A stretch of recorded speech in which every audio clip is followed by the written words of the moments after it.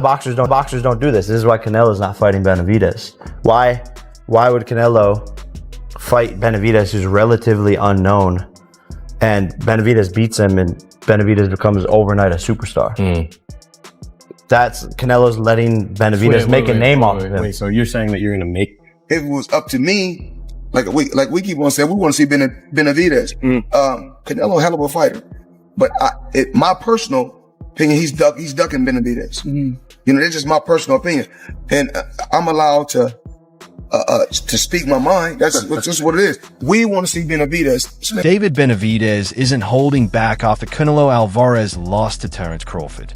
The undefeated super middleweight has cranked up the pressure, openly accusing Canelo of ducking a fight with him and challenging the Mexican star to finally settle it in the ring. It is why, Canelo, why? I do not understand it. You're demanding $200 million? Like, come on, dude. Basically, Canelo doesn't want to give us the good fights. Imagine if Canelo and Benavidez gets made. That's the Super Bowl of boxing. Boxing is on the rise. Canelo, don't screw it up for us. I thought I would never say this, but Canelo's scared. Literally, I thought I would, as a fighter, I know fighters are not scared. But wow, we've been begging Canelo. Please, Canelo. Saul Canelo Alvarez ultimately chose not to move forward with a fight against David Benavidez, reportedly feeling uneasy with Benavidez's approach and believing the push for the matchup was fueled more by money than by legacy. Meanwhile, veteran trainer Ronnie Shields, who had publicly predicted a Terence Crawford victory before the fight, stood firmly by his assessment afterward. Shields explained that he always felt Crawford's speed, versatility, and smooth ability to switch between orthodox and southpaw would trouble Canelo. According to him, Crawford's control of distance, sharp angle changes, and sense of when to attack or reset consistently exposed subtle defensive gaps, allowing him to take command of the fight. Crawford, by unanimous decision, we got that. I just thought Crawford was too fast for Canelo. Too many combinations. Canelo doesn't jab anymore. He looks for one shot now. You know, I mean, the end is there for Canelo. And I just think that Crawford was too fast for him. You know, especially in the southpaw position. We all know Canelo have problems with the southpaw. So, you know, and that's why I picked Crawford. I just thought Crawford could be too fast. Veteran trainer Ronnie Shields praised Terence Crawford for what he called an almost flawless performance, pointing to Crawford's composure under pressure, sharp timing, disciplined game plan, and ruthless efficiency in punishing every mistake Canelo made. Shields described the fight as a true masterclass in ring IQ and tactical execution, exactly what he anticipated going in. He even suggested that Canelo may need to seriously consider retirement, noting that the wear and tear from years of elite competition is starting to show Oscar de la Hoya, however, offered a more balanced viewpoint. He stressed that any decision to retire rests solely with Canelo. If Canelo feels he has nothing left to prove, stepping away would be understandable, but de la Hoya emphasized the importance of carefully choosing future opponents. He also heaped praise on Crawford, calling him a rare, special talent with an elite ability to read opponents, adapt on the fly, and counter with precision. De la Hoya admitted the performance was eye-opening and a clear reminder of why Crawford is considered one of the smartest and most versatile fighters of his generation. Can't use the excuse that he's older, right? We can't use the excuse that, oh, well, you know, he moved around too much. Well, it's your job to figure him out, right? Just like Chavez would figure out a fighter, just like I would figure out a fighter, just like any real great fighter can figure styles out. That's your job. I think Crawford did a tremendous job. Kudos to him. Sky's the limit for Crawford, and I really don't know where Canelo goes. De la Hoya, the former world champion and influential boxing promoter, expanded on his views about Canelo Alvarez's future after the landmark result while also turning his attention to Terence Crawford's next moves. De la Hoya emphasized that Crawford's confidence is unmistakable and deeply rooted in his mindset, seeing it as the fuel that continues to drive him toward greater challenges. He noted that Crawford appears completely at ease at super middleweight, making a return to 154 pounds unlikely. However, De La Hoya did leave the door open for a move back to 160 pounds if the right, high-profile opportunity were to emerge. De La Hoya also highlighted what he believes is the most intriguing fight on the table right now, a clash with the fast-rising Virgil Ortiz. In his opinion, that matchup would guarantee constant action, strong fan interest, and the kind of excitement that aligns perfectly with Crawford's status as one of the sport's elite talents. Imagine that.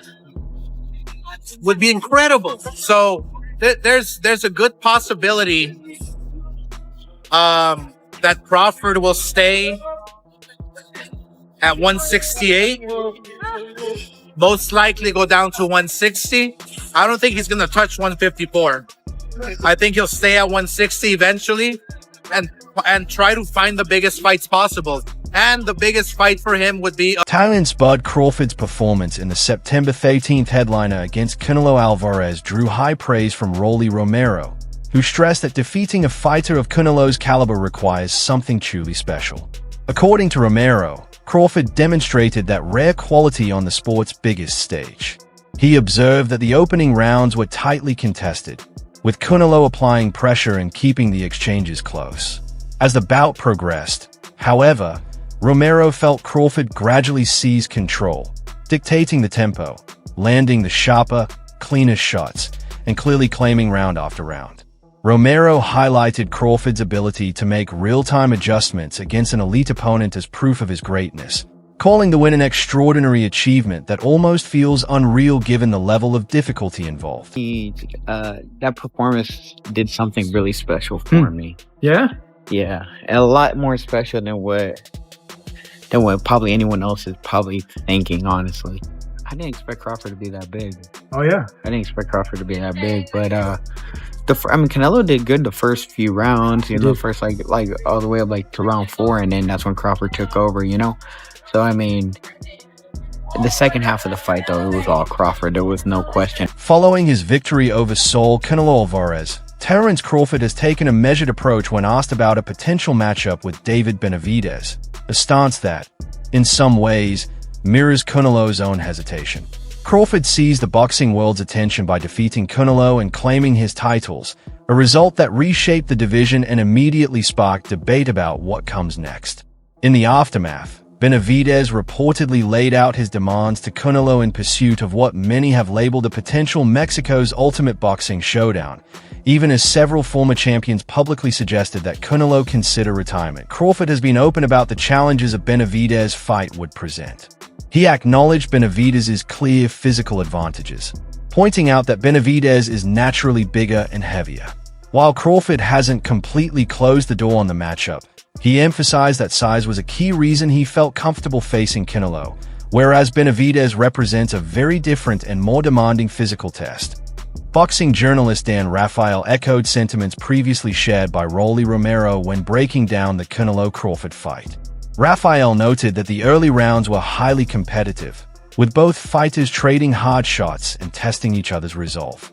As the fight wore on, however, Crawford's preparation and discipline became increasingly apparent. According to Rafael, Crawford executed his game plan with precision, relying on patience, control, and smart adjustments to gradually take command against a larger, more experienced opponent. Rafael also reminded fans that many doubted Crawford heading into the bout, citing Canelo's size, power, and championship pedigree as seemingly insurmountable obstacles. Crawford proved otherwise. Through elite conditioning, focus, and total commitment to his craft, he turned those perceived disadvantages into strengths. In doing so, he not only secured a career-defining victory but further solidified his reputation as one of the most complete, disciplined, and determined champions of the modern era. Great job. I thought it was close. I had Canelo ahead in the early going, but I thought Crawford did an amazing job closing that fight down in the last few rounds, where he really started to back the supposed bigger guy up, although for me, they looked about the same size. But that was a brilliant performance, and what can you say? I mean, you got to give him his credit. He created a lot of history. He dreamt this fight. He willed it to happen. A lot of people, not me, but a lot of people laughed at him, said, forget about it, no chance against a bigger guy like that. And Rafael went on to explain that while a Canelo-Crawford rematch would undeniably generate enormous attention and revenue, it may not be the smartest or most beneficial move for either fighter at this point in their careers. According to Rafael, both men are at stages where strategic decision-making matters as much as legacy, and there are other high-profile opportunities that may better suit their current positions in the sport. He emphasized that Canelo, in particular, must carefully evaluate the risks versus the rewards before committing to another fight. After years at the top and countless tough battles, any future bout needs to make sense not just financially, but physically and historically as well. Choosing the right opponent could define how the later chapter of his career is remembered. Regarding Crawford, Rafael pointed out that the victory over Canelo has dramatically elevated his status, instantly placing him in the crosshairs of elite contenders across multiple weight divisions. However, with that new level of attention comes responsibility. Rafael stressed that Crawford must be highly selective, weighing each potential matchup based on the weight class involved, the magnitude of the event, and the championship's or legacy-defining stakes on the line. The win has opened every door, but choosing the right one will shape Crawford's future just as much as the victory itself. The Hamza Shiraz, I mean, those types of names. He's got mandatories. Mabili got the draw tonight in a great fight. There's other fighters that have belts and interim belts and blah, blah, blah. So, nobody's going to rush Terence Crawford into his next fight. He'll take his time and, whatever the next fight is, it's going to be a big one because, his name is even greater now than what happened going into this fight for him. So he beats Canelo Alvarez. After previously standing firm in his belief that Canelo Alvarez would win the September 13th bout, Schofield admitted he was genuinely shocked by the level of dominance Terence Crawford displayed.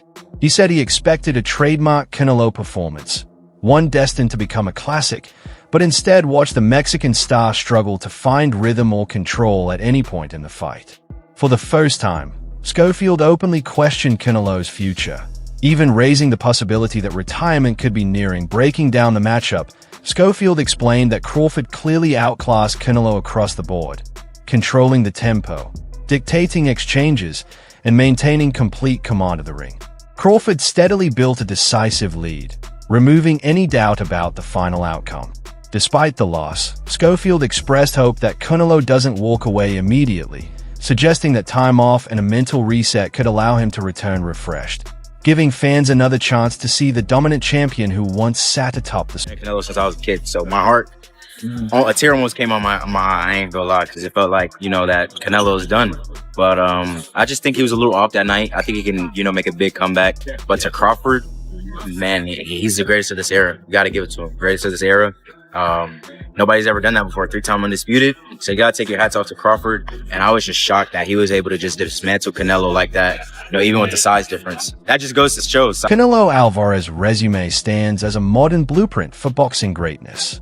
His career has been defined by consistently facing elite opposition on the sport's biggest stages, generating global pay-per-view success, and capturing world titles across 4 weight divisions. Renowned for his ability to adapt to virtually any style, Canelo blends technical versatility with a devastating counterpunching arsenal. From his rise as a teenage prodigy in Mexico to career-defining victories over champions like Miguel Cotto and Sergey Kovalev, he transformed into an international superstar and one of boxing's most recognizable figures. That elite pedigree was visible even in his early years. In 2012, Shane Mosley shared the ring with a young Canelo and later reflected on how unusually calm and mature he seemed for his age. Mosley highlighted Canelo's natural power, sharp timing, and exceptional patience, noting that it already felt like facing a seasoned veteran. Even then, Mosley recognized the traits of a future pound-for-pound great. Canelo's evolution from prodigy to one of the sport's most accomplished champions has been driven by that same composed, measured presence, one he displayed long before reaching boxing's highest level. 21, 22 years old. He had a lot of experience, I should say. He had a lot of boxing experience at his age. 40, 50 fights? Huh? He had 40 or 50 fights at that point, right? 40, 50 fights, but not just that. I'm talking about experience as far as knowledge about being the real, experience. Like veteran experience. Like he knew how to counter, he knew how to block and counter, do all different things. So it wasn't like he was just an ordinary fighter. And I was like, and fighting him, I'm like, wow. He actually knows how to get away from stuff. He knows how to counter. He knows how to trick. Canelo Alvarez's toughness and championship resolve were perhaps most evident in his fiercely competitive trilogy with Gennady Golovkin, battles that remain defining chapters of his career. He later solidified his legacy by becoming the first undisputed super middleweight champion, unifying all 4 major belts with his victory over Caleb Plant.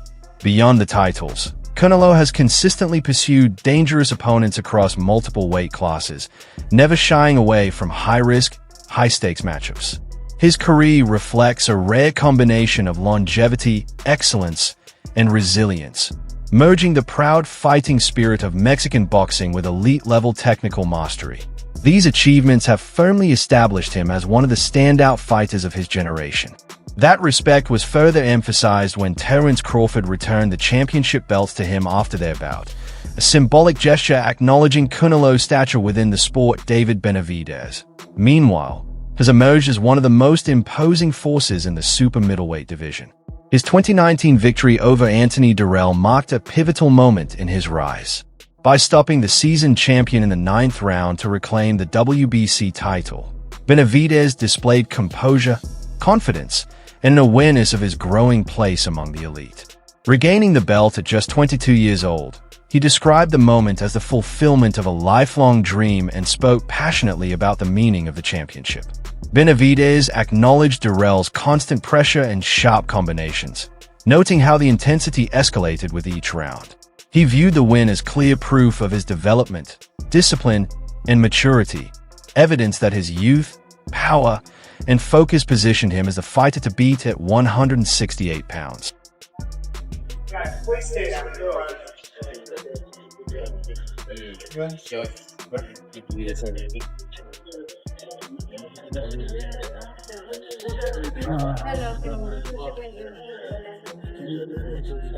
Following the electrifying showdown between Canelo Alvarez and Terence "Bud" Crawford, the boxing world is buzzing with debate over what comes next. Some fans are pushing for an immediate rematch, while others believe both fighters should move forward and seek fresh challenges that better reflect where they are in their careers. David Benavidez has added fuel to the discussion by publicly criticizing Canelo, keeping the classic theme of youth versus experience at the center of the conversation. At the same time, a growing number of voices are suggesting that Canelo consider retirement, stepping away on his own terms and preserving the legacy of an already historic career. For Crawford, the victory opens the door to a wide range of exciting possibilities. He could target rising stars like Virgil Ortiz, chase titles in the middleweight or super middleweight divisions, or pursue another blockbuster pound-for-pound matchup that further cements his greatness. Now the question is yours to answer. Should Canelo walk away or take on Benavidez? And who should Bud face next? Drop your thoughts in the comments below. Like I said, it was a hard fight. My Dirrell was trying to catch me all night. He was trying to counter me when I would step in, but we were willing to take the chances, and he didn't catch me at all. It was a hard fight, but my dreams come true. Second time fighting on pay-per-view, all my people out there came out to support. So man, it's an amazing feeling. I just can't wait to get back in there again and